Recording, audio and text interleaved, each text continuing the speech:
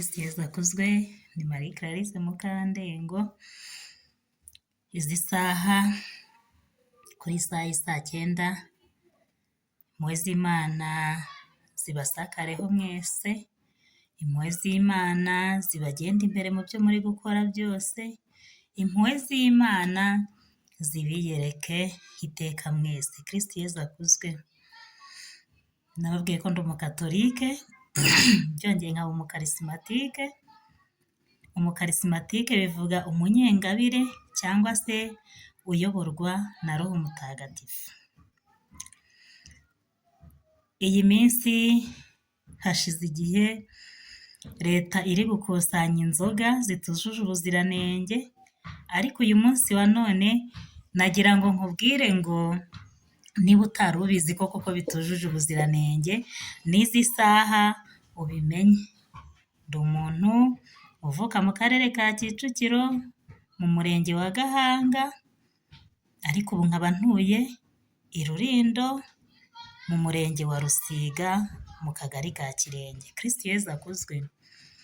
Ibi bintu by'inzoga rero muri Kigali ho batangiye kubica kera, ndumva niba ntibeshya ari nko muri 2007 gutyo n'8, cyane cyane ibi by'urwagwa cyangwa se ibi by'ibikorano, nubwo byari byarananiranye gucika, ariko nuko byari bimeze. Ariko hagati aho ngaho nkanjye nka Mukandengo Marie Clarisse, wari umwuga wa mama. Yajyaga kugura ibitoki akaza akenga, yarangiza akagurisha urwagwa, abanyeshuri tukarihirwa amashuri, ibiryo tukarya bikatugaburira 100%. Ariko byaje kugera aho ngaho nkiga mu wa 4, mu wa 5 gutyo mu wa 6, aho mariye kuba umukarisimatike wa nyawo birimo neza ntajijisha, nibwo naje kumenya ko bya bintu bishobora kuba hari izindi mbaraga zikorerwamo. Ndangije leta hari abo babifatanaga bakabimena, hari abo babifatanaga bakabafunga gutyo. Mbwira mama nti rero kamubwire mama, uri mama umbyara, ariko izi saha tuvugana niwongera kurangura ibitoki ugacuruza, ukabyenga ugacuruza inzoga, njyewe ubwanjye nzakwitangira ngende mbibwira abayobozi baze bagutware. Kubera iki? Nari maze guhishurirwa cyangwa se kumenya ukuri nyirizina kw'ibi bintu. Nuvuga ngo buriya hari ukuntu tujya tubeshya ngo turi abakarismatike cyangwa se turi abarokore tuyoborwa na Roho Mutagatifu, ariko hagati aho ngaho twagera aho kahiye tukanywa, twagera aho abantu basinze natwe tugasindana nabo. Ese uwayobowe na Roho Mutagatifu ni umusinzi? Ese uwayobowe na Roho Mutagatifu agaragara muri ibyo bikorwa? Kristo Yezu akuzwe.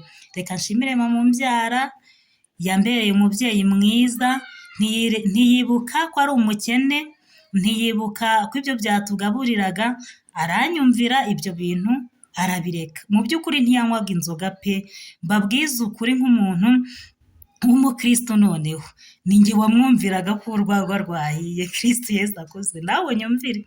Ariko ni nanjye wamubujije kubikora, kuko urumva uwo bafatikanyaga yari amuvuyemo ati nzagutanga. Ninde wari kumwumvira ko urwagwa ruhiye atarunywa? Nanjye ntumbaze uwambwiraga ko ruhiye, kuko sinari mbizi. Nanjye sinanywaga inzoga ngo mvuge ngo nasinze, ariko uruhiye nabashaga kurumenya. Kristo Yezu akozwe. Noneho bigenda bikura mama arabireka burundu. Amaze kubireka burundu, urumva nawe icyakurikiyeho ni induru mu rugo iwacu, ubukene n'iki byose. Ndagira ngo nkubwire rero, ntabwo nje kukwigisha kunywa inzoga, sinje kugushishikariza ngo uyireke, ariko uyu munsi wa none nawe ugira icyo wumva n'icyo ukuramo. Uyu munsi turiho kubw'imbaraga z'Imana, ntago turiho kubwa rwagwa mama yengaga, ntago turimo kubwa bya bitoki twirwaga twikoreye, ahubwo tubayeho kubw'imbaraga z'Imana. Icyo gihe yego nyine twaretse ibyo ngibyo, ariko dukurikira inzira y'Imana. Niba ushaka guca inzira y'Imana rero, nagira ngo uce ukubiri n'ibyo bintu, uce ukubiri n'ibintu byo kuvuga ngo hari inzoga, uce ukubiri n'ibintu byo kuvuga ngo hari amasaka mwenzi ibigage mwenzi ubushera. Nagira ngo nkubwire no mu bukwe bwanjye iwacu bashatse kwenga urwagwa cyangwa se ubushera kubwo kuvuga wenda ngo bazaha abantu iki, kandi ni kera 2012 njyewe ndababwira ngo nimubizana ndabimena, ndababwira nti nimubikora ndabimena, ahubwo nimubikora mubikorera aho ntareba, sinzagire na kimwe mbona no kuri table d'honneur cyangwa se mu baturage, tuzabahe ibyo dufite, niba umugabo aje kunsaba akankwa tuzafata ibyo azanye aba ari byo duha abantu, kandi koko niko byagenze. Niba hari ibyo bahaye abandi nyuma wenda bari bengeye kure ntabizi, ariko njye sinabibonye. Niyo mpamvu rero nanjye nkubwira ngo uyu munsi wa none ibyo bintu by'inzoga z'ibinyarwanda babiterekereragamo, umuntu akaza wenda tuvuye n'urugero wimukiye ku musozi runaka, kugira ngo noneho abaturage mubane neza, barabanza bagire gutya bafate za nzoga bakubwira ati ngwino dusangire. Uko rero weho uri kunywa izo nzoga, niko nabo hari ukuntu bagutongera imyuka yabo mibi, bikarangira uzi ngo uri kumwe na ba bantu baho bimukiye uri gusangira nabo, kandi kumbi baguterekereye, bamenye kavukire yawe, bamenye gakondo yawe, bamenye ngo wari ubayeho ute, bamenye ngo iwanyu mu muryango bimeze gute. Nuko bimeze rero. Kuri iki wenda ku bantu bafite imiryango, mumbabarire wenda n'abatayifite mumbabarire, ariko hari n'imiryango bagira gutya bakakujyana, urugero wenda nko mu bintu bijyanye n'imanza, cyangwa bakakujyana mu bintu bijyanye wenda kumwe abantu bajyana abandi mu bapfumu rero iyo bagiye babategeka guterekera. Iyo badaterekereye rero bashobora gufata amatungo bakayatongera mu by'ukuri, cyangwa se ibindi bintu bakabyohereza. Hari umunsi mweze kubona nishyiriye isazi hejuru ahangana, nagiye kubona mbona ikiguri cy'isazi kiraje kigwa ahantu ku nzu hariho n'irange ku rukuta pe, ariko nibaza ukuntu izo sazi zije. Ni ukuvuga ngo iki rero, ntabwo ibyo bintu bishobora kuza gutyo gusa bidafite uwabyohereje. Wenda zishobora kuza wenda zazanywe n'umwanda, ariko kandi nanone utekereze ngo aho zigiye zihaje gute. N'ubwa mbere njye nari mbonye ikiguri cy'isazi. Ni ukuvuga ngo rero ibyo bintu ntibishobora kubaho hatari umuntu waterekereye. Hari umuntu nzi wakundaga guterekera, amara guterekera akavuga ngo nyina yitabye Imana, ngo yakundaga urwagwa, yakundaga amata, akagenda akabifata agashyira mu bibindi ahantu ngayo nguko, ubwo akaba ngo aterekereye umuzimu wa nyina ngo atazamukurikirana. Ni ukuvuga ngo iki rero, iteka wagiye muri izi nzoga z'ibinyarwanda, iteka wagiye kuzisangira n'abantu mutaziranye neza, genda wizeye neza yuko bashobora kuguterekereramo, ugasanga urahora urize zenge, ukibaza impamvu yabyo, kandi kumbi ushobora kuba wabaye igitambo cy'uwo musozi cyangwa se igitambo cy'umuryango. Kristo Yezu akuzwe. Niba uri umukristo rero ubirimo neza, utajijisha, ukaba uyoborwa na Roho Mutagatifu, niba uzi neza ko ari umutobe uri kunywa, unywe wawikuriye mu bitoki byawe, cyangwa se uzi neza yuko uguhaye nta yindi mitongero irimo. Niba ari ubushera uzi neza yuko ari amasaka yawe, bikore. Ariko igihe n'igihe wanyweye ibintu utazi iyo byaturutse, byaruta ukinywera agakoma nshuti, cyangwa ukinywera mu karu. Noneho ibi bintu by'ibyuma rero bimwe nababwiraga ejo bundi, njye buriya nabibabwiraga mbona byarazengereje abagabo. Ikintu cyaje kuntungura nuko nabibabwiye nk'uyu munsi bugaca mbona itangazo leta yabiciye.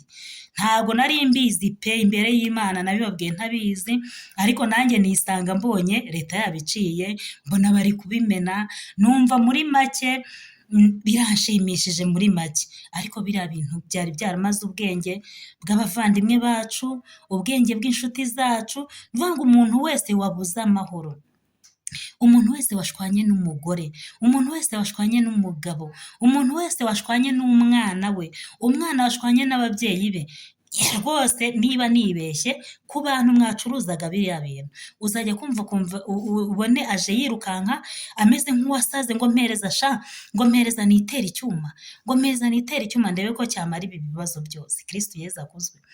Nawe ushyire mu gaciro niba uyoborwa na Roho Mutagatifu. Ese izo nzoga iyo zimaze kugushiramo bya bibazo ntugaruka ukabisaga? Ese icyo cyuma uri kwitera, iyo ukiteye n'ubundi ugataha muri rwa rugo si bya bibazo uba witeye. Ubonye wenda uvuze ngo niba ari umugore twashwanye reka ne gutaha mu rugo, uratashye arakugaburiye, uri umugabo uragiye arakugaburiye, mugiye mu buriri muraryamye, ese urumva ahubwo utari nyirabayazana w'ibibazo byose by'urugo? Ahubwo niba weho ubwawe washwanye n'umuntu, niba washwanye n'umuvandimwe wawe, niba washwanye n'umubyeyi wawe, niba washwanye n'umugore wawe, niba washwanye n'umugabo wawe, shakisha inzira zose wacamo kugira ngo mwiyunge, kugira ngo ibyo bibazo byose biveho. Ariko nubabara ukwawe nawe akababara ukwe, niho noneho mukurura ya myuka mibi mu rugo iwanyu ikaza. Hari igihe abantu baba bazi rero ngo shitani ni inyamaswa iri ikuzimu, hari abazi ngo shitani ngo ni inzoka, hari abazi ngo shitani ngo wenda iteye itya. Oya, shitani iri muri twebwe.